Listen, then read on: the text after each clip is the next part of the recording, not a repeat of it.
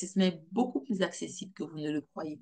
Donc, restez bien ici en place parce qu'aujourd'hui, on se retrouve pour une entrevue vraiment exclusive. C'est une personne qui a un temps très, très limité et qui a accepté de nous partager de ce temps précieux-là.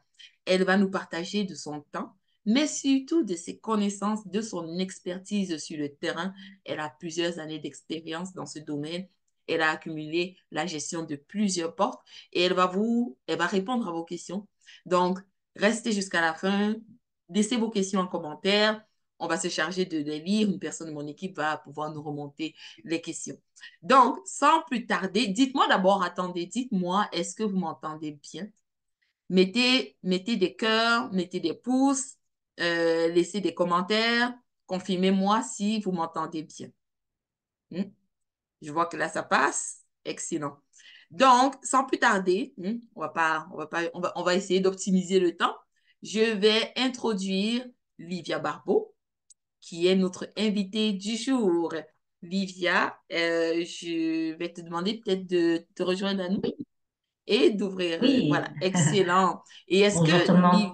oui, merci beaucoup, merci Livia pour ton temps, je l'ai déjà dit, hein, mais c'est très, très précieux le temps, alors j'apprécie vraiment que tu puisses le mettre à notre disposition. Merci pour Donc, l'invitation, Christelle. dis-nous, Livia, qui est Livia Barbeau aujourd'hui pour ceux qui ne te connaissent pas? Écoutez, bonjour tout le monde. C'est très simple. Je pense que Christelle a bien résumé ce que je fais dans la vie. Je suis gestionnaire immobilier. Donc, dans le fond, je travaille avec des propriétaires ou des investisseurs immobiliers qui ont des bâtisses à Montréal, Laval et sur la rive nord et qui ont besoin d'aide pour aller optimiser leurs revenus ou tout simplement pour accélérer la mise en location de leur logement. Oh, wow, OK, la gestion immobilière. Mais comment est-ce que tu es devenue gestionnaire immobilière? Est-ce que tu as toujours exercé dans ce domaine-là? Absolument pas. Ça fait 3 ans que je fais ça, 2 ans que je suis officiellement gestionnaire immobilier et j'ai commencé tout simplement en tant qu'agent agent locatif pour mon propriétaire de l'époque qui avait besoin d'aide pour louer ses logements. Puis on s'entendait très bien, fait qu'on a collaboré ensemble. Puis c'est de là qu'est venue la passion. Et de plus en plus, je me suis dit, OK, c'est vraiment intéressant. C'est quelque chose qui vient me chercher. Donc j'ai décidé d'aller me former pour être gestionnaire immobilier de façon plus globale parce que la gestion de logement, c'est bien, mais ce n'était pas suffisant pour moi. Oh, wow, OK. Donc, il y a une formation qui existe pour ça. Oui, il y en a plusieurs, des formations universitaires, collégiales, privées. C'est pas encore, on n'a pas encore un ordre officiel comme pourraient les avoir les courtiers, qui soient hypothécaires ou immobiliers ou d'autres professions. Mais oui, il y a des formations qui existent pour ça. OK. Et en quoi consiste ce métier-là de gestionnaire d'immeuble? En fait, on dit gestionnaire immobilier, peu importe que ce soit une Oui. femme ou un homme, c'est ça? Oui, exactement, exactement, du gestionnaire immobilier. Il y a plusieurs points de vue là. Il y a personne qui aura la même définition pour les activités d'un gestionnaire immobilier. Mais ce qu'il faut bien comprendre, c'est que au sens large, le gestionnaire immobilier, il est là pour aller créer de la valeur pour des bâtisses, qu'elles soient commerciales, qu'elles soient résidentielles, qu'elles soient industrielles. Et dans notre quotidien, ce qu'on fait, c'est vraiment de la gestion, de l'organisation, de l'administration de biens immobiliers. OK. Créer de la valeur. Qu'est-ce qu'on Exact. entend par créer de la valeur dans l'immobilier? Mais créer de la valeur dans l'immobilier, on le sait, l'immobilier, c'est un travail de longue haleine dans le sens où c'est un investissement sur le long terme, mais ça peut être aussi un investissement où on n'est pas gagnant si on prend pas des mesures pour faire en sorte que notre bien immobilier prenne de la valeur, continue à prendre de la valeur avec le temps, en fonction de son objectif euh, en tant qu'investisseur ou en tant que propriétaire, hein. Tout le monde n'a pas les mêmes objectifs, mais si votre objectif, c'est d'aller maximiser la valeur de votre bien, maximiser l'argent que vous allez pouvoir retirer éventuellement de vos biens immobiliers, ben, il faut aller créer de la valeur. Créer de la valeur, c'est faire en sorte que votre bâtisse, d'année après année, finalement, soit mieux cotée, vous rapporte plus de sous, que ce soit à droite ou à gauche, peu importe le levier, mais c'est vraiment aller optimiser cette valeur monétaire de votre immeuble, de vos Oh, wow. immeubles. Excellent, excellent. Donc, optimiser la valeur en augmentant les revenus et en réduisant les dépenses. C'est pour ça que moi, je l'ai appris de façon basique. Ben, c'est Mais très basique, mais c'est très important de comprendre ça. Je veux dire, comme toute relation avec l'argent, avec les finances, c'est certain que ça reste un pilier, ça reste une grosse base. Mais je pense que l'erreur aujourd'hui, surtout en 2024, c'est de penser que les revenus locatifs sont des revenus sécuritaires. C'est pas des revenus hmm, sécuritaires. Aujourd'hui, ce sont sûrement même les revenus les moins sécuritaires dans l'immobilier, ce sont ben, les loyers. Aujourd'hui, on le voit, c'est difficile pour beaucoup de locataires de payer leur loyer soit à temps, en totalité. Fait que là, on commence à se dire, OK, c'est peut-être plus aussi sécuritaire, c'est une réalité. Il y a d'autres façons d'aller sécuriser la valeur et d'aller sécuriser son argent. Bien évidemment, je parle d'un investissement dans le temps. Si on est sur un investissement d'aujourd'hui maintenant, je veux faire du courte durée, du Airbnb, on ne parle pas de la même chose. Là, il faut que ça rentre régulièrement dans le mois, plusieurs fois. Par contre, si on est un investisseur de long terme, on va chercher des loyers par mois sur plusieurs années, on est certain que la rentrée d'argent, la rentrée du loyer n'est pas forcément le plus sécuritaire plus aujourd'hui. sécuritaire. Wow, wow, OK. Est-ce que tu as vu une différence avant et après le COVID dans les habitudes de paiement des locataires? Ah, bien sûr, il y a de plus en plus de retard, il y a de plus en plus aussi de personnes qui peuvent plus payer, mais il y a aussi de plus en plus de personnes qui s'intéressent à ce qu'ils payent et pourquoi ils payent. Euh, la grande erreur des propriétaires aujourd'hui et surtout des petits propriétaires, c'est de penser que le fait de euh, euh, mettre à disposition un appartement pour un locataire, ben, le travail est fait, le travail est fini. Or, aujourd'hui, un locataire a besoin de beaucoup plus que juste un toit sur la tête puis quatre murs. Fait que, il est très, très important justement d'aller valoriser ce qu'on propose aux locataires. Donc oui, il y a une vraie différence entre ce qui s'est passé enfin, avant pandémie puis après pandémie. Plus de difficultés pour les locataires, mais aussi une prise de conscience de ce qu'ils payent, de pourquoi ils payent. Donc ça devient un petit peu plus rough là pour les propriétaires de faire passer certaines choses. Oui, hein. On pourrait dire que les locataires sont plus éduqués, Ils sont plus plus au éduqués, ils courant. sont plus exigeants. Wow, Ils veulent savoir ce qu'ils payent, pourquoi ils payent, puis ils veulent en avoir pour leur argent. pour leur argent. C'est normal, le coût de la vie augmente, fait que c'est normal. Ben oui, surtout quand on quitte je sais pas, un loyer de $800 par mois, un loyer Ouais, de 1200, c'est sûr que, exact. ouais, On veut savoir pourquoi, comment, qu'est-ce que je vais avoir de plus, de moins. Si c'est exactement la même chose, il y a un problème. définitivement, et c'est compréhensible. Et Oui. est-ce que tu as vu quand même aussi une différence dans la façon dont les propriétaires vivent ça, la gestion des locataires? J'imagine que c'est Ben, plus je difficile. dirais c'est plus difficile. La plus grosse différence, je pense, c'est qu'ils sont complètement débordés par les demandes qu'ils reçoivent Oh, par wow. rapport au tribunal administratif du logement.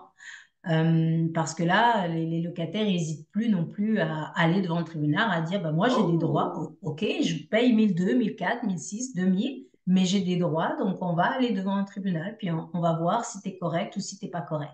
Fait que là, les propriétaires s'en viennent à avoir beaucoup de demandes auprès du tribunal, puis ils ne savent pas forcément s'y prendre.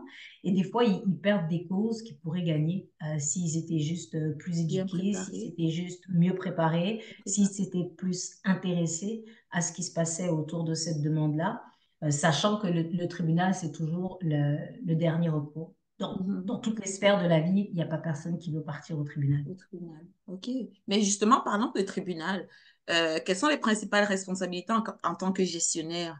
Ah, au-delà de Mhm. tout ce que vous faites, est-ce que vous pouvez accompagner parfois des personnes au niveau des démarches du Oui. tribunal? Parce que je sais que on ne peut pas se faire représenter nécessairement par un avocat dans certains cas. Je ne sais pas, est-ce que je peux nous clarifier ça un peu Oui, bien sûr. Bah, alors en fait, déjà, ça va dépendre du type de service du type? que OK. vous demandez à votre gestionnaire. Il y a une palette de services qu'on peut offrir.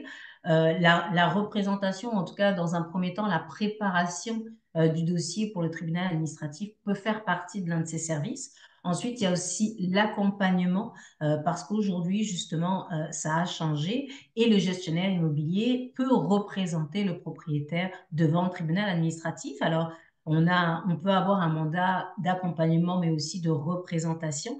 Au tribunal administratif, on peut toujours se faire représenter par un avocat. Il n'y a aucun problème Hmm. pour ça. Peu Alors importe après, le c'est type de sûr que cause. peu importe le type de cause, tu pourras OK. faire appel à un avocat pour te représenter au tribunal administratif. Ça reste un tribunal et puis d'ailleurs, dans tous les tribunaux de façon générale, l'avocat est le premier représentant. Tu peux aussi choisir de venir seul et de te faire assister par un membre, en général, on va appeler ça un membre de la famille. On appelle ça un proche, mais disons plus pour faciliter un petit peu un membre de la famille qui va venir t'aider à t'organiser. Fait que grosso modo, c'est ça. Mais oui, en tant que gestionnaire, on peut préparer les dossiers. Et très souvent, c'est le plus pertinent parce que c'est nous qui sommes quotidiennement sur le terrain et quotidiennement en communication avec le locataire. Donc, en Hmm. général, on aide à préparer les dossiers. Et ensuite, on peut avoir des mandats autant d'accompagnement aujourd'hui que de représentation aussi. OK. Oh, super, super. Bon, au-delà du tribunal, c'est qui est un peu moins jojo, c'est quoi les autres Exact. choses, les autres responsabilités, les tâches qu'un gestionnaire fait? Ben, C'est sûr que ça va c'est dépendre vraiment, du bien sûr, forfait. ça va toujours dépendre du service et de vos besoins à vous en tant que propriétaire investisseur et puis des services offerts par les gestionnaires. On a, grosso modo, on offre tous la même chose, mais on a des petites particularités. Pour faire ça, je dirais que c'est surtout de l'accompagnement au quotidien, c'est de la gestion quotidienne de ce qui se passe dans le bâtiment et autour du bâtiment. Alors, si on veut commencer par quelque chose de très simple, on va parler du bâtiment. Ben, le bâtiment, c'est une bâtisse en soi, fait qu'il y a des choses à faire. Il y a des choses à faire pour l'entretien, pour la maintenance. Il y a des choses à faire aussi pour être en règle par rapport à la loi ou par rapport à des réglementations de la ville.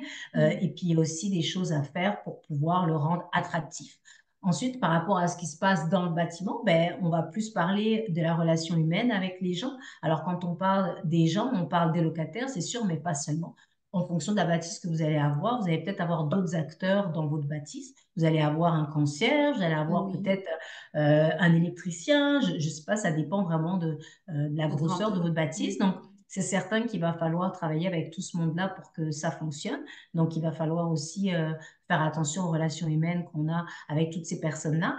Et puis, à l'intérieur de la bâtisse aussi, c'est faire en sorte que tout se passe bien et surtout que le monde soit sécuritaire. Donc ça, Mhm. c'est plusieurs choses à mettre en place pour que ça fonctionne et puis que le monde il puisse vivre tout en sérénité. J'entends parler beaucoup de sécurité. Quand tu parles de Bien sûr, sécurité, sécurité, sécurité, c'est un point ouais. très important.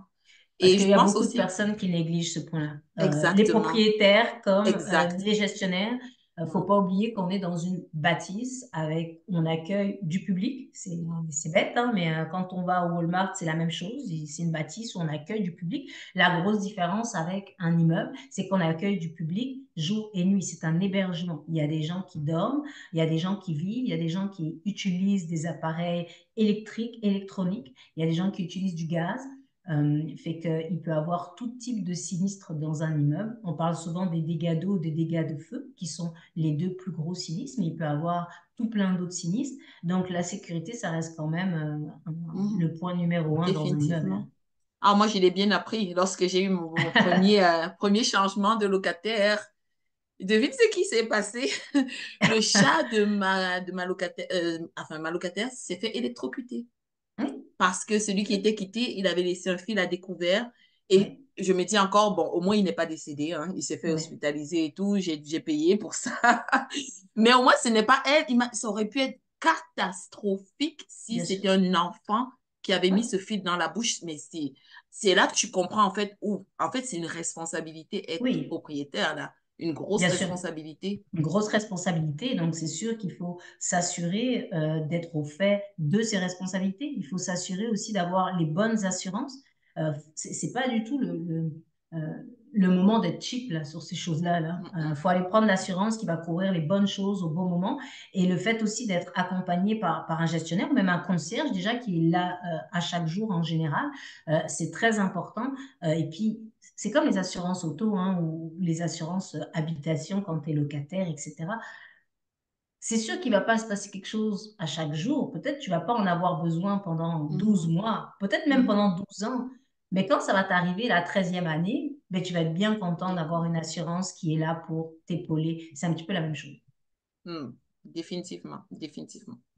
Maintenant, en tant que gestionnaire, comment est-ce que en passant, pour ceux qui nous suivent, contente de vous voir, laissez des petits commentaires et surtout, surtout, posez vos questions, d'accord? Profitez-en. La gestion locative, ça peut faire peur. Je connais plusieurs clients qui me disent, Christelle, non, non, ça m'intéresse pas les Plex. Oui, je vais investir, mais non, jamais les Plex. Pourquoi? À cause des locataires. Je suis tannée, j'ai eu une très mauvaise expérience.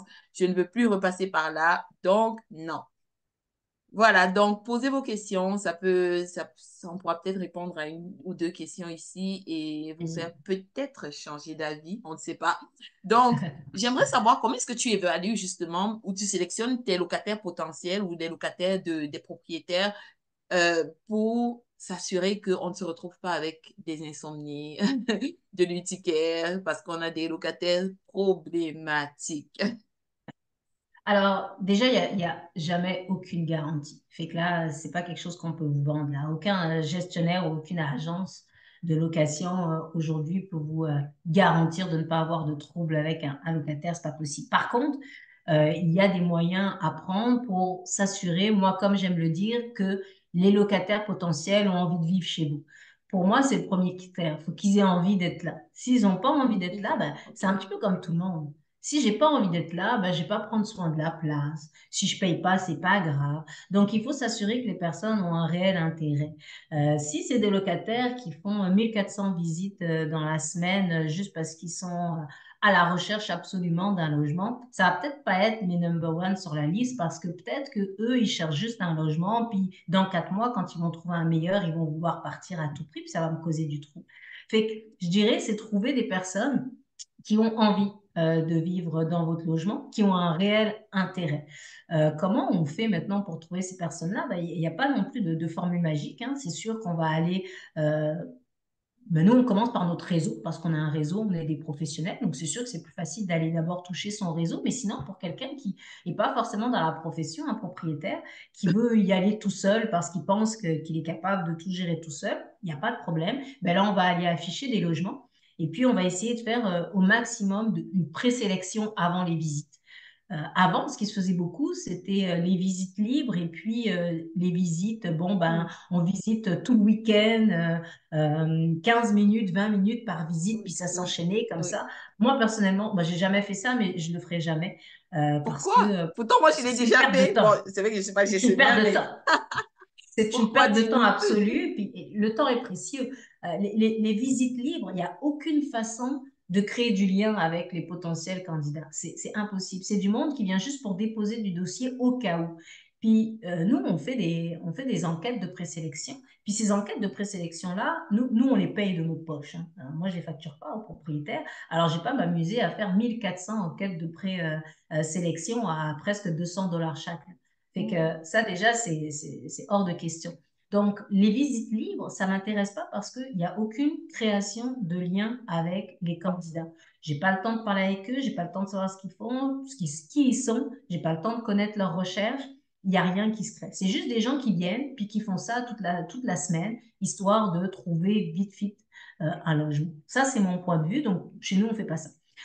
Nous, on va plutôt privilégier des visites à heure fixe. Et ce qui est le plus important, je dirais, hormis comment on organise ces visites, c'est la présélection. Il faut présélectionner le monde parce qu'aujourd'hui, il y a beaucoup de spam. Souvent, c'est sur Facebook. Il y a beaucoup de spam, des gens qui sont pas réellement intéressés, des robots qui répondent, etc. Puis on n'a pas le temps de gérer tout ça. Donc, il faut mettre en place des processus pour présélectionner ces candidats. Ça peut Donc, être un tu questionnaire. présélectionnes avant même la Oui, visite. avant même la visite, il faut que Oh, je wow. présélectionne. OK. Puis à partir de là, on perd déjà du monde. Sur un bassin de 10 personnes, avec la présélection, il y en a peut-être juste 2 qui vont sortir. Parce que tous les autres, ils n'ont pas voulu passer au travers de la présélection. Ça, c'est du monde qui n'est pas intéressé par mon logement. Mhm, bien Si sûr. tu ne prends pas 1 minute 50 pour faire l'étape 1, 1 minute 50 pour faire l'étape 2, ben c'est que tu n'es pas intéressé par mon logement. Tu es intéressé par trouver un logement, mais n'importe lequel. Lequel? Fait que moi, ça ne m'intéresse pas. Moi, je veux Oh. optimiser mon temps, hein. On parle souvent d'optimisation dans tout. Ben, je veux optimiser mon temps. Fait que moi, je veux rencontrer ces personnes-là qui veulent vraiment aller de l'avant par la suite et qui sont prêts à signer un bail dans de bonnes conditions demain. Parce qu'après, il y a ceux qui négocient aussi. Vous rencontrez 10 personnes, le bien est affiché à 1 600 $, la première chose qu'ils arrivent, c'est est-ce qu'on peut négocier à 1 400? Ben non, j'ai déjà perdu mon temps.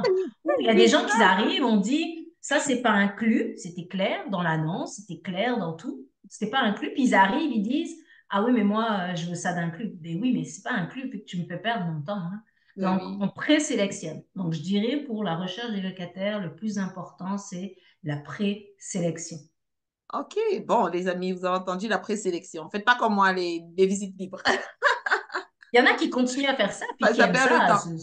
Mais C'est correct. ce qui est là, c'est qu'en période de pénurie comme ça, tu vois, une visite libre, ça te prend peut-être 3 heures, 4 heures, et tu en as quand même Ouais. plein qui passent. Et Ouais. tu peux filtrer à travers le feeling, tu vois. Il y a parfois un truc qui te fait... Non, non, mais c'est pas que c'est pas une mauvaise façon. Oui, je comprends. Moi, je pense que c'est pas la meilleure dans l'optimisation du temps et dans la recherche, parce qu'on est toujours dans la recherche du bon locataire. Oui. Moi, je pense que ça vaut la peine de passer à travers une meilleure présélection, de faire des visites individualisées. Alors, c'est sûr, je vais voir une personne pendant 30 minutes, hein, c'est différent, mais peut-être que je vais en voir 4 dans ma journée, mais ce sont 4 qui sont vraiment de Vraiment. potentiels Oui. candidats qui, après la visite, vont passer à l'étape suivante et vont être Mhm. prêts à s'engager. Donc, moi, c'est ma façon de faire. Jusqu'ici, ça marche bien. Ça me permet vraiment de gagner du temps et d'être efficace. Donc, Ok. ça Non, va c'est toi bien la comme ça. professionnelle. Non, moi j'en fais quoi? Je peux en faire peut-être 4 par année, peut-être 6 par année, mais c'est pas comme si j'en fais. Et tu sais, les locataires, ils bougent plus tellement que ça. Tant que ça, ils restent longtemps. Ils ont tendance à rester longtemps, surtout quand ils ont de bonnes Oui, conditions. ouais. Donc, j'ai une question de Claire qui demande qui prend la décision finale, le propriétaire ou le gestionnaire quand il s'agit de signer le contrat de location? Alors, chez nous, c'est toujours le propriétaire. Nous, Ah, ok. on est là pour faire le filtre et pour proposer des candidats en fonction de ce qu'on peut proposer. Des fois, on a un seul candidat à proposer. Ça va être au propriétaire de dire oui ou non, j'y vais. Nous, on va lui dresser le portrait, on va lui donner notre avis parce que c'est nous qui rencontrons le candidat. On va lui dire si, selon nous, il y a un red flag. On va passer avec lui au travers de l'enquête de prélocation pour qu'il aille voir les bonnes choses parce que malheureusement, beaucoup de propriétaires aujourd'hui regardent juste, oh, ben, il a une cote de crédit de plus de 600, j'y vais ou j'y vais pas. Non, c'est beaucoup plus compliqué que ça. Et qu'on va passer au travers de l'enquête de présélection, lui donner les pour, les contre, notre avis, puis on va le laisser prendre une décision éclairée. Nous, c'est comme ça qu'on fonctionne. Maintenant, si le propriétaire nous demande notre avis, est-ce qu'on y va ou est-ce qu'on n'y va pas, on le donne aussi. Mais c'est le propriétaire qui prend la décision chez nous. Oh, ok, excellent, excellent. Et j'ai une autre question. Quels sont les défis auxquels toi, tu es confronté en tant que gestionnaire d'immeuble? Oh, il y a mille et un défis. On a parlé de la sécurité qui, je trouve, pour moi, est un défi très, très Mhm. important. Le plus. Après, c'est sûr on a un défi de temps parce Ah, que très vite, ça peut prendre du temps, de la gestion. On a un défi aussi budgétaire parce que ça peut coûter de l'argent. Donc, il faut toujours essayer d'aller chercher à minimiser les coûts associés justement à la gestion de son immeuble. Puis nous, on est là aussi pour faire ce travail-là pour le propriétaire, prendre le temps de faire ce travail-là grâce au réseau, mais grâce aussi à notre expérience. mhm. Et puis après, c'est sûr qu'on a un défi humain parce que c'est avant tout un travail de relation humaine. On est Mhm. toujours, toujours, toujours en relation avec les autres, en relation avec le propriétaire qui est notre client, en relation avec le locataire qui est notre bénéficiaire, mais on a aussi un paquet d'autres acteurs autour. Et puis, en fonction des mandats, ça peut être très large. Est-ce qu'on est vraiment partenaire sur le projet? Si tu as un parc immobilier, est-ce qu'on va travailler avec toi sur l'ensemble du parc immobilier? Fait qu'on va aller peut-être avoir des interactions avec ton courtier immobilier, ton courtier hypothécaire, ou est-ce qu'on va juste rester dans le microcosme de ton immeuble, puis on va avoir en relation juste tes locataires parce que tu n'as pas de concierge. Bon, fait que c'est vraiment très large. Oui. Et la question que je suis sûre que plusieurs personnes se posent là, à partir de combien de portes on peut se dire que oui, ça me prend un gestionnaire d'immeuble, je suis pas capable, là, ça va faire beaucoup. À partir de deux portes. À partir de 2 portes, il y en a qui disent à partir d'une dizaine de portes. Ça dépend. Ça dépend pourquoi vous faites appel à un gestionnaire. Si vous faites un appel à un gestionnaire parce que vous êtes complètement débordé par la charge de travail, parce que vous avez plein Mhm. de portes, c'est différent que... moi j'ai une cliente qui a fait appel à nos services juste parce qu'elle avait un problème avec un locataire, puis ça devenait personnel. C'était impossible de régler ça entre elles. Ça Mhm. fonctionnait pas. Donc, il a fallu faire appel à une tierce personne. Donc, elle s'est dit, oh, ben, je vais prendre un gestionnaire pour régler cette problématique-là. Donc, notre mandat, c'était uniquement régler la problématique qu'il y avait entre elle et cette locataire. Puis finalement, on est parti sur une gestion complète. Mais des fois, c'est juste ça. Et donc, pour avoir, disons, une divergence, parce que ce n'est pas toujours des gros problèmes, là, mais une divergence avec un locataire, ben, ça prend 2 portes. Si tu occupes la première, ben, ça prend une deuxième porte. Puis si tu n'en occupes aucune des deux, ben, finalement, ça prend une porte. On fait des contrats avec Mhm. des propriétaires de condos. Ils ont un condo, mais Mhm. peut-être qu'ils habitent à l'étranger, alors ils ne sont pas Ça. capables de gérer. Mais Alors, ça ne prend pas de porte minimum. est-ce que vous faites la gestion long terme ou court terme également? Long terme. Juste le long terme. Chez nous, on Parce fait que que le le long court terme, terme. c'est le rôle. C'est beaucoup de roulement aussi, hein, Le j'imagine. court terme, c'est beaucoup, beaucoup de roulement, encore plus de processus Processus. de day-to-day. Mhm. Puis, c'est encore autre chose. C'est quelque chose C'est qu'on autre pourrait mettre chose. en place, mais c'est un autre service. On ne peut pas tout faire. Je pense qu'il Mhm. faut laisser la place à tout le monde. Puis nous, on s'est spécialisé là-dedans, mais c'est un beau challenge aussi. Définitivement. Non, mais de toute façon, moi, je me vois, regarde, je me vois en Afrique pendant que j'ai mes blocs ici et j'aimerais bien Voilà. avoir quelqu'un qui va tout gérer sans que je n'ai, je veux rien savoir. Moi, je suis un peu Exactement. de ce Puis, type-là. J'aime pas gérer les immeubles. J'aime pas ça. tout simplement. Donc, en fonction de, je dirais, son profil d'investisseur, puis ses besoins, ben, on va avoir une stratégie différente pour chaque personne. Donc, il y a pas de minimum de porte, il n'y a pas de minimum de revenus, il y a pas de type de problème associé à est-ce que je prends un gestionnaire ou pas. Ça, c'est mon avis. Certains diront que je prêche ma bonne parole parce que ben, c'est avoir du travail pour moi, mais par rapport à toutes les situations que j'ai vues, on peut avoir beaucoup d'ouvrages avec un 6 portes et pas beaucoup d'ouvrages avec un 130 portes. Oh, wow. OK. Bon, voilà. Donc, j'espère que vous avez votre réponse. On n'hésite pas. Si vous sentez le besoin, juste contacter Livia et son équipe. J'ai une autre question qui essaie de savoir pour les personnes, monsieur, madame, tout le monde, des gens comme moi, Mhm. euh, qu'est-ce que, est-ce qu'il y a une façon d'entretenir son immeuble et d'assurer une bonne maintenance? Comment faire Oui, bien quand à sûr. la fois il faut gérer les locataires, il faut gérer l'immeuble, il faut gérer les loyers. Tu sais, parfois, on pense juste à collecter les loyers, hein, mais il ne faut pas Oui, oublier, exact. il faut garder l'immeuble d'un bon état, sécuritaire, on l'a dit. Mhm. Et il y a les locataires à gérer, il y a beaucoup de choses à faire parfois autour d'un immeuble. Comment faire Mhm. pour s'organiser Mais je pense qu'il pour faut être monsieur et madame tout le organisé. monde? Déjà, pour monsieur et madame tout le monde, il faut penser à l'entretien, à la maintenance de son bâtiment. C'est sûrement le point le plus important en gestion. Alors, comment on fait? Ben, il faut juste avoir un suivi. Euh, il faut avoir un suivi dans les années du jour 1, même je dirais du jour 0, avant qu'on achète la bâtisse, puis au day-to-day, donc à chaque jour. Donc, il faut clairement un carnet d'entretien. En copropriété, c'est obligatoire. En résidentiel, en multiplex, c'est pas obligatoire, mais ça devrait l'être. On doit avoir un carnet d'entretien pour noter les choses qu'on a faites depuis qu'on est rentré dans les meubles, mais aussi les choses qui ont été faites avant, si on a la possibilité de le savoir avant la transaction. Normalement, c'est des choses qu'on est capable d'aller chercher. Les choses qu'on a faites, nous, en tant que propriétaires, depuis 1 an, 2 ans, 5 ans, 10 ans, puis les choses qu'il y a à faire. Mhm. Donc, je dirais le premier point, c'est faire un suivi grâce à un carnet d'entretien. Puis après, c'est s'entourer de professionnels. Alors, si on ne travaille pas directement avec un gestionnaire pour X raisons, on veut couper sur les coûts, puis on dit je vais y aller en direct, ben, il faut s'entourer d'un professionnel. Ça peut être un inspecteur, ça peut être un technologue, ça peut être un entrepreneur général avec qui vous avez l'habitude de travailler. Mais il y a quand même des grandes lignes à suivre. Il y a des gros ouvrages à changer tous les 5, 10 ans. Il faut prendre le temps de faire ce suivi-là pour la bâtisse. C'est vraiment une grosse base. Donc, carnet d'entretien, puis s'entourer de professionnels, quels qu'ils soient. Mhm. Oh, nice. Carnet d'entretien et professionnel. Oui, Hmm. faut pas tout faire. On peut pas être spécialiste dans tout, alors faut s'entourer. Absolument. Et j'aime bien ça, j'aime bien écouter les anecdotes parce que moi aussi j'en ai eu plusieurs Mhm. de choses que tu as eu à vivre au niveau de ta gestion locative. Moi j'avais cette anecdote-là du chat de ma locataire qui avait été électrocuté, quoique au moins c'est bien fini. Mais Ouais. est-ce que tu en as comme ça des anecdotes ou des situations un peu moins, enfin plaisantes ou moins plaisantes que tu as eu à vivre?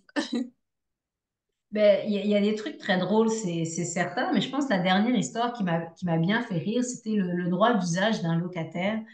C'est dans des maisons en rangée, puis pendant la pandémie, il voulait faire plaisir à la communauté, puis surtout à ses enfants dans un premier temps. Puis dans son jardin, il a installé une petite patinoire. Puis de fil en aiguille, il a installé une plus grosse patinoire. Puis le propriétaire, qui est un très gentil monsieur, a laissé faire, a dit bah, c'est bien parce que les enfants euh, de cette personne-là vont pouvoir faire un peu de patin à l'extérieur, puis ça ne demande pas d'être proche, etc.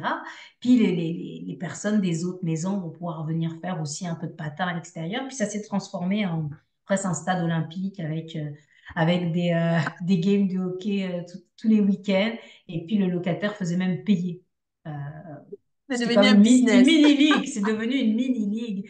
Puis là, on rentre dans des problématiques parce que là, on a des droits et des devoirs en tant que locataire, tout comme en tant que propriétaire. Puis forcément, ça crée des clashs.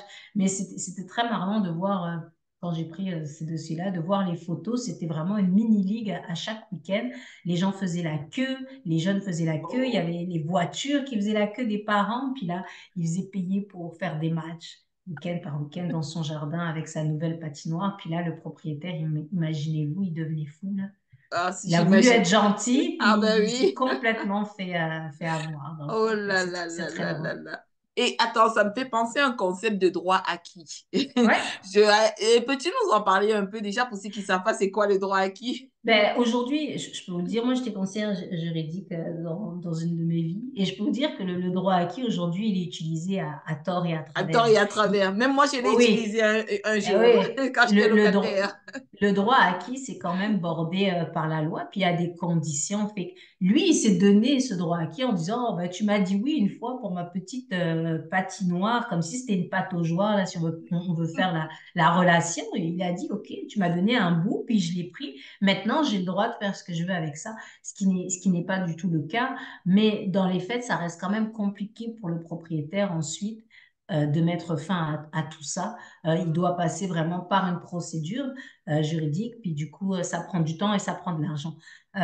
Et je trouve cet exemple intéressant parce que c'est pas toujours les propriétaires qui profitent hein, des locataires, comme souvent on l'entend, on veut le faire croire. C'est une question de personne. Hein. Il n'y a pas Mhm. de mauvais propriétaire tout le temps, le méchant qui veut toujours faire du profit, puis le gentil Mhm. locataire qui veut juste se loger. Non, des deux côtés, il y a du monde qui veut prendre avantage sur l'autre. Et ça n'a rien à voir avec le statut, là. Ça a à voir avec la personne. Mhm. Ça, c'est important. Oui. Qu'est-ce que c'est intéressant d'accorder des petits droits acquis comme ça aux locataires? Oui, après, c'est toujours la même chose. C'est bien de faire des écrits, hein, Des parce que écrits. les Mhm. paroles s'envolent, comme on dit, les écrits restent. Fait que c'est toujours bien quand on dit oui à quelque chose ou non, d'ailleurs, à quelque chose, de le mettre par écrit, puis d'envoyer ça, courrier recommandé, huissier. Il y a des gens qui essaient toujours de faire des micro-économies, là, économiser 10 dollars, 30 dollars, 50 dollars. Ben, des fois, ça coûte cher. Alors, vaut mieux faire les choses en bonne et due forme et puis s'assurer d'avoir une preuve d'une façon ou d'une autre, surtout si la personne en face est de mauvaise foi. Mhm. Mais bon, là, il y a des preuves, on en avait, hein, parce qu'on avait des photos, on avait des personnes qui faisaient la queue, Ah ben etc. oui.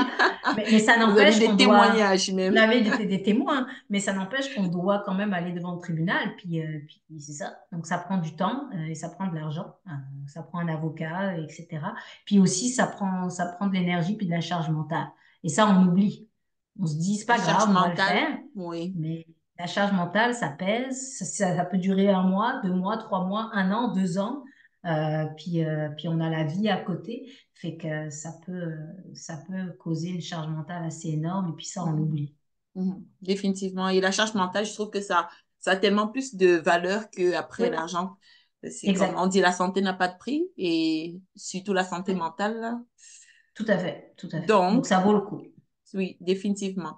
J'ai une autre petite question pour toi. Ah là là, elle a failli m'échapper. Reprise de logement, vu qu'on parlait de Oui, droit acquis. J'aimerais bien oui, que tu nous parles de la reprise de logement parce que parfois les gens le font mal. C'est quoi les petites exact. erreurs que les gens font souvent en matière de reprise de logement? Ben, la reprise de logement, c'est un droit, hein. C'est pas un problème. Là, tout le monde en fait un problème parce qu'en fait, le monde suit pas les règles puis fait ça un peu n'importe comment. Tout proche. Mais la reprise de logement, c'est un droit. Alors, il suffit juste de s'informer, d'aller voir les délais, d'aller voir les raisons pour lesquelles un propriétaire a le droit de reprendre un logement. Euh, Et ensuite, on fait sa reprise de logement. Pas besoin non plus de se faire accompagner par un avocat pour ça. Ça prend 5 minutes. Il y a marqué tout sur le TAL. Aujourd'hui, avec Internet, on peut tout trouver. C'est quand même assez clair, assez bien expliqué quand est-ce que je peux faire une reprise, quand est-ce que je peux pas en faire et comment le faire.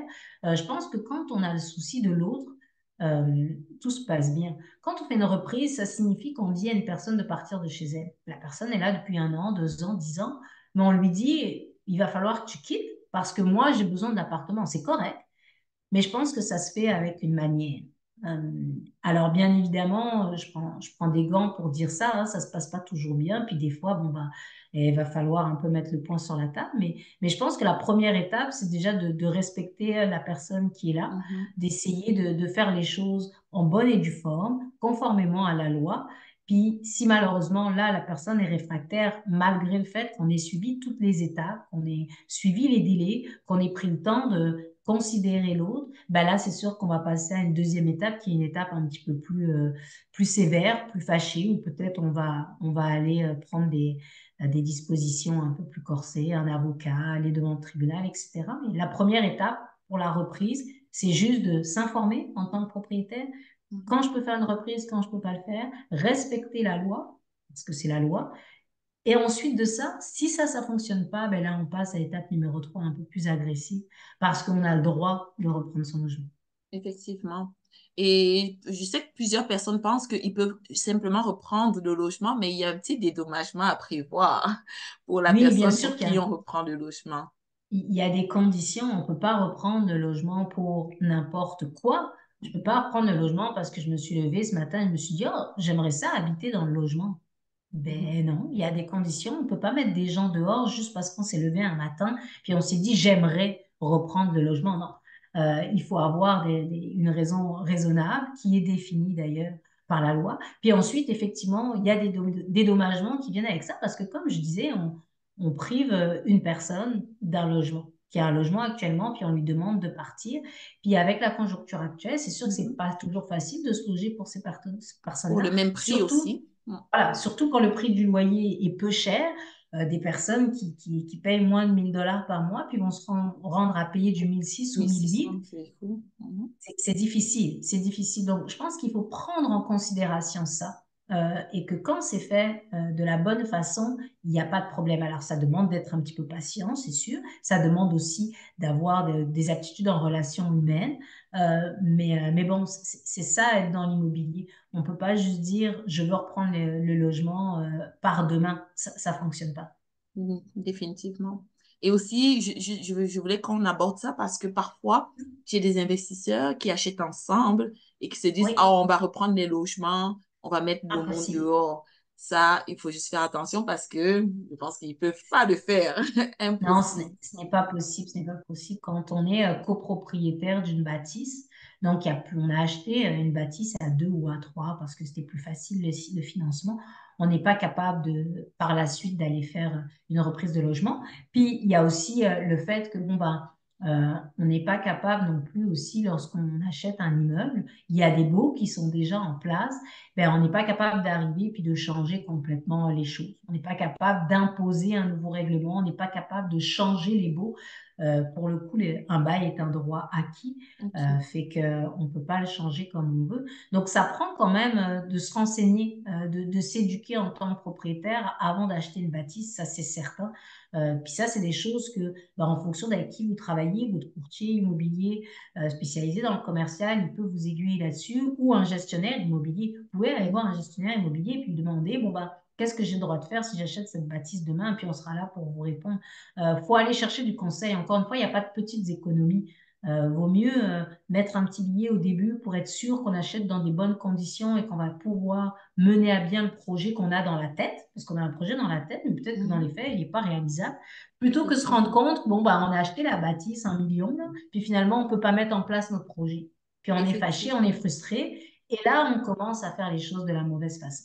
Exact. Je me souviens bien, cette famille-là, ils étaient deux sœurs et leur mère qui avaient acheté un Mhm. immeuble et leur intention, c'était de mettre dehors le locataire. Mais je leur ai dit, écoute, il n'y a pas de moyen, oubliez ça, il n'y a aucun moyen. Exact, En tout exact. cas, la locataire ne C'est, voulait pas partir, c'est sûr. Non, à partir du moment où le locataire ou la locataire est réfractaire, ne veut pas partir, ben là, on se retrouve face à une difficulté. Et comme je disais tout à l'heure, la charge mentale peut embarquer très facilement quand on met beaucoup d'argent dans un projet qui nous tient à cœur. Puis finalement, ben, il y a une personne qui se met en travers d'un autre chemin. Ça nourrit beaucoup de frustration, beaucoup d'anxiété, beaucoup de colère. Et puis là, le problème devient personnel. Mhm. Et là, c'est difficile de s'en sortir. Et ça prend beaucoup d'énergie, beaucoup de charge mentale. Fait que, il Effectivement. faut bien se renseigner en amont de ces projets, prendre le temps, comme tout dans le fond, mais prendre le temps, se renseigner avant de passer à l'action. Mhm. Donc, excellent. Merci beaucoup, Lydia. Posez vos questions parce qu'on touche bientôt à la Avec fin. plaisir. Dites-moi, posez vos questions en commentaire, laissez-les, même si on ne répond pas maintenant, parce que vous avez laissé plus tard, pour ceux qui vont regarder en replay. Laissez vos commentaires et je vais pouvoir les remonter à Livia par la suite. Donc, vu qu'on parle d'optimisation, on parle justement d'investisseurs, est-ce que, ben, des conseils, une fois de plus pour monsieur et madame tout le monde, est-ce qu'il y a une Oui. façon de maximiser les revenus, la rentabilité de l'immeuble? Comment est-ce que des Mhm. personnes peuvent faire? C'est quoi des petites astuces qu'on peut Ben, utiliser? la meilleure chose, tu l'as dit au début, c'est d'augmenter ses revenus puis de diminuer ses dépenses. Mm. Alors, la première chose qu'il faut faire, c'est avoir un bon taux d'occupation. Il faut que votre immeuble il soit occupé. Si vous avez des immeubles vides, là, vous perdez de l'argent. De nos Donc, jours, est-ce qu'on a encore des immeubles vides? Bon, en oui, région éloignée. il y a des appartements encore qui sont vides pour plusieurs raisons, hein. Des fois, il y a des propriétaires qui n'ont pas besoin d'un revenu plus que ça, puis qui veulent pas de troubles De avec trop. des locataires. Alors ils disent, bon, bah, je vais laisser comme ça pour l'instant statu quo, puis c'est pour mes petits-enfants, ça existe. Ben Ah, non, si vous êtes un propriétaire, l'idée c'est d'aller toujours augmenter votre taux d'occupation. Ça veut dire faire en sorte que bon, tous vos appartements euh, soit occupé avec un mhm. bail de location en bonne et due forme. Ça c'est la première étape et c'est simple. On met à louer ses logements puis on fait rentrer quelqu'un dedans. La deuxième chose qui va ensemble, c'est ce qu'on appelle réduire le temps de la vacance locative. Oui. La vacance locative, ben, c'est quand un appartement est vide. Fait que c'est certain qu'on veut que votre immeuble soit rempli, tous les appartements comblés. Et puis quand il y a quelqu'un qui part, on aimerait ça que le logement reste pas 6 mois vide. Donc, on veut aller combler justement cette vacance locative rapidement. Alors, certains vont dire, bon, moi, j'aimerais faire des travaux, des choses comme ça. C'est correct, mais ça va peut-être prendre 2 semaines, 3 semaines, un mois, mais on n'a pas envie d'aller perdre un 6 mois de loyer en général en fonction du projet. Donc, augmenter le taux d'occupation, réduire le temps de vacances. Puis le troisième, je dirais, c'est bien évidemment réduire votre dette locative. Commencez par réduire la dette locative. Ça veut dire que toutes les personnes qui ne payent pas ou qui ne payent pas à temps, ben, il va falloir faire quelque chose. Aller les rencontrer, c'est de comprendre pourquoi ils ne payent pas ou ne payent pas à temps et mettre en place avec eux quelque chose pour que vous puissiez récupérer votre argent, ce qu'on appelle la dette locative, c'est-à-dire les loyers qui ne sont pas payés en tout ou partie. Et OK. pour ça, notamment, mettre en place vous savez, les paiements préautorisés, ça peut être intéressant. Mhm. Éviter les chèques, éviter les paiements en espèces. On essaie de rendre ça le plus automatisé possible pour faire Mhm. en sorte que entre le premier et le 3, l'argent soit directement prélevé sur le compte. On le fait pour Hydro-Québec, on le fait pour plein d'autres Oui. services. Fait qu'on peut Mais est-ce que tenter les de le faire locataires aussi sont pour notre ouverts à logement. cela de plus en plus? Ils sont de plus en plus ouverts, ça dépend comment ça leur est présenté aussi. Mhm. Mais je pense que rencontrer les gens pour leur expliquer, puis venir à eux pour dire, bah, écoutez, je vois que vous avez du mal à payer votre loyer ou que ça fait plusieurs loyers qui ne rentrent pas. On s'assoit ensemble puis on voit comment on peut faire une entente, comment on peut faire. parce que moi, j'ai besoin d'être payée en tant que propriétaire, pas parce que je suis propriétaire que je roule sur l'or. J'ai des Mhm. charges aussi. Vous aussi, vous avez C'est ça qu'ils se des disent dettes. parfois, hein, que Ben les oui, mais c'est propriétaires ça roulent que les sur gens se l'or. disent. Alors, ça vaut la peine de soit vous y allez directement parce que vous êtes un petit propriétaire, vous voulez faire ça seul. Alors, vous les rencontrez, vous leur proposez, vous asseyez, vous discutez, puis vous mettez en place quelque chose avant d'aller tout de suite au tribunal. Oh, il m'a pas payé une fois ou il m'a payé en retard une fois, je vais au tribunal. Appelez-le, prenez rendez-vous, asseyez-vous avec lui. Et ça fait partie justement d'une stratégie pour réduire la dette locative. Fait augmentation du taux d'occupation, réduction de la vacance locative, puis réduction de la dette locative. C'est vraiment la base. Euh, Pas besoin d'avoir fait un bac plus 3 pour ça, là. C'est bien Mhm. correct. OK, d'accord. Et en termes de dépenses, on a parlé des dépenses. Ben, les Est-ce qu'il y dépenses, a... c'est toujours, oui, c'est revoir annuellement vos dépenses, vos factures, ce que vous payez de façon fréquente. C'est toujours revoir annuellement pour faire jouer la concurrence. Il y a toujours façon d'obtenir des tarifs moins chers, tout Oui, simplement. effectivement. Puis, quand vous avez des choses à faire, des travaux, des choses, toujours faire jouer la concurrence, demander plusieurs soumissions. Alors oui, ça prend plus de temps, mais c'est payant. Et puis, essayez aussi de vous entourer d'une équipe, des gens avec qui vous avez toujours l'habitude de travailler. Parce que si à chaque fois vous appelez un nouveau plombier, vous allez toujours payer le prix fort. Si à chaque fois vous appelez un nouveau handyman ou un nouvel entrepreneur, vous allez toujours payer le prix fort. Alors que si vous travaillez avec une équipe, des Mhm. gens que vous sollicitez fréquemment dans l'année, qui s'occupent de votre bâtisse, vous gagnez en temps et en argent. Mhm. Donc, c'est vraiment ça. Donc, tout simplement. OK, nice, c'est bon. J'avais deux questions ici rapidement. Le Ouais. dédommagement en matière de reprise de logement dépend de Mhm. quels critères? Est-ce que la personne veut savoir le montant? Oui, il y a un montant qui est défini par la loi. Fait que ça, il y a un document super bien fait sur le site du tribunal administratif du logement que je vais vous inviter à aller voir parce que je ne le connais pas par cœur. Et puis, vous pouvez le télécharger. Ça a été fait il y a pas longtemps avec l'entrée en vigueur justement de nouvelles lois où ils expliquent bien justement pour la reprise du logement, voici ce qu'il faut respecter et voici les dédommagements que vous aurez à payer. Fait que tout est vraiment très clair sur le tribunal Mhm. administratif du logement. Je vous invite à aller voir ça. Définitivement. C'est ce que j'ai dit souvent à mes clients qui investissent dans des immeubles à revenus. Je leur dis, allez faire un tour sur le tribunal administratif du logement. Ça va vous sauver bien des maux de tête. Apprenez à Exact. maîtriser vos droits et vos devoirs comme Ouais. propriétaire et aussi les droits et les devoirs de vos locataires. C'est la base, la base, la base. Après, bien sûr, il y a des choses peut-être ou des stratégies qu'un gestionnaire Oui, d'immeuble peut savoir que vous n'aurez pas, mais au moins vous aurez la base. oui, et puis il y a le cadre, puis on peut toujours sortir du cadre. On peut toujours faire plus. Ça va être difficile de faire moins parce que c'est la loi, mais on peut toujours faire plus pour accommoder, pour aller plus vite, pour gagner du temps. Ça, il n'y a pas de problème. Mais il y a un minimal et un minimum à faire. Puis ça, c'est très bien expliqué sur le tribunal administratif du logement. Excellent. Et Claire demandait combien coûte le service, j'imagine le service de gestion d'immeuble. Comment Ça, est-ce que c'est tarifé?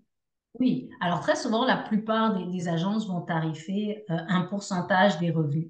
Ça veut dire que, en général, en fonction du service, ça va être très large, ce que je veux dire, mais ça va aller entre 4 et 12% des revenus. Fait que vous faites le calcul, vous avez un siplex, il vous coûte, vous gagnez tant, ben vous prenez 4%, 5%, 6%, 7%, puis c'est ce que va vous coûter la gestion. Euh, Maintenant, ça peut différer. Il y en a qui vont avoir des forfaits pour une gestion complète, une gestion semi-complète, des forfaits juste pour l'administration, les finances, etc. Mais au moins, dites-vous que la moyenne, ça va être, pour avoir un bon service, disons, ça va être un 6% des Mhm. revenus locatifs. OK. Des revenus perçus ou bien des revenus potentiels? Non, c'est les revenus perçus. Des revenus perçus. OK. Ouais. Donc, Excellent, c'est vraiment les excellent. revenus locatifs, c'est les loyers que vous récupérez chaque mois. Ben, vous faites, disons, 6% si vous voulez un bon service de gestion complet, etc. Ben, vous saurez à peu près combien vous allez payer. Bien sûr, ça diffère. Il n'y a pas une seule entreprise qui facture la même chose. Des fois, il y a des choses à facturer en plus. Puis en fonction du service encore, ça peut être un peu plus ou moins, mais Mhm. ça vous donnera une bonne idée. Puis OK. ça passe dans des frais que vous pouvez aller récupérer ensuite, que ce soit avec les impôts ou que ce soit dans le cadre de l'augmentation des loyers. Fait que c'est pas de l'argent jeté par la fenêtre, là. C'est de Mhm. l'argent que vous allez récupérer de toute façon. Dans Définitivement. l'optimisation, mais aussi directement à la fin de l'année, disons. Oh, super, super. Donc, on touche à notre fin. N'hésitez pas à poser vos questions avant qu'on ne termine. Pour terminer, j'aimerais savoir, est-ce que tu aurais des conseils à donner sous ton chapeau de gestionnaire à des locataires et ensuite des conseils à donner aux propriétaires ou futurs propriétaires? Mais pour les propriétaires ou futurs propriétaires, c'est juste de vous informer, de poser des questions. Et même si vous n'êtes pas prêt à vous faire entourer, à travailler avec un gestionnaire pour plein de raisons, vous pensez que vous n'avez pas un parc immobilier suffisamment grand ou vous pensez que ça va vous coûter trop d'argent, ben, demandez conseil pareil. Ça coûte rien de prendre un rendez-vous, s'asseoir, puis poser des questions pour justement commencer sur des bases solides. Puis plus tard, quand vous aurez un plus gros parc immobilier, ben, prendre un gestionnaire. Je pense que c'est très, très important de s'informer puis de s'éduquer. Première chose pour les propriétaires ou futurs propriétaires. Mhm. Pour les locataires, je dirais plus que c'est, euh, c'est essayer aussi de mieux comprendre la réalité des propriétaires. Euh, c'est pas le propriétaire méchant, rempli d'argent, puis le locataire gentil qui a du mal à se loger. C'est pas comme ça. Des fois, ça l'est, attention, mais dans les deux sens. Alors, il faut arrêter de nourrir cette frustration et cette haine pour des propriétaires. On est tous des humains. Fait qu'on est capable de s'écouter, on est capable de s'entendre, on est capable de travailler ensemble. Donc, n'hésitez pas, au contraire, à prendre l'initiative. Si vous avez un propriétaire qui ne prend pas l'initiative de vous contacter, prenez l'initiative, appelez-le, dites-lui, ben, j'ai des problèmes financiers, là, ça va être compliqué pour moi de payer mon loyer, on peut-tu prendre une entente? Faites-le, faites-le. S'il n'écoute pas, là, c'est autre chose. On va passer à une deuxième étape, mais faites-le. Attendez pas qu'il le fasse. Exact. C'est toujours apprécié Soyez proactif. Oui, quand le oui, locataire te dit, oh, ben, écoute, je vais payer le 2 du mois, le oui, premier, exact. ou alors je vais payer le 5. Oui, c'est Et correct. c'est ça, c'est toujours Soyez apprécié. proactif. Soyez proactif. Dites-le, bon, bah, j'ai un problème. Et des fois, ça peut être, on parle du loyer, mais ça peut être un problème dans l'appartement aussi. Dites-le quand vous avez un problème dans l'appartement. Attendez pas un an pour dire, j'ai un problème depuis un an, puis mon propriétaire a rien fait. Ben oui, mais il savait pas. Fait envoyez un courriel si vous voulez une trace écrite. Appelez si vous êtes plutôt téléphone, mais prenez l'initiative aussi, soyez proactif envers le propriétaire. Puis là, par contre, si lui, de son côté, il répond pas ou il fait comme si il avait rien reçu, là, c'est autre chose. Mhm. Définitivement. Définitivement. En tout cas, ben, merci beaucoup, Livia. Dis-nous comment est-ce qu'on fait Bien pour te plaisir. contacter et est-ce qu'il y a des zones en particulier où tu travailles, mais surtout comment on fait pour te Oui. contacter. Mais nous, on travaille essentiellement sur Montréal, Laval, puis sur la rive nord. On n'a pas de minimum de porte, vous l'avez compris. Et pour nous contacter, c'est très simple. Vous allez sur notre site internet, liviagestion.ca. Puis là, vous avez toutes les informations. Vous avez notre numéro de téléphone, notre courriel, puis vous pouvez nous écrire, Est-ce que nous je peux appeler, ça laisser nous le fera numéro de plaisir. téléphone, juste dire le numéro de téléphone? Oui, c'est très facile. 514-400-3551. Vous pouvez nous appeler. Mais sur le site Internet, il y a tout. Fait qu'hésitez pas à y aller ou Excellent. jeter un coup d'œil. Vous prenez votre temps, puis vous nous écrivez, vous nous appelez, ça nous fera plaisir. Donc, on va vous laisser également les coordonnées du site Internet dès qu'on aura terminé. Yes.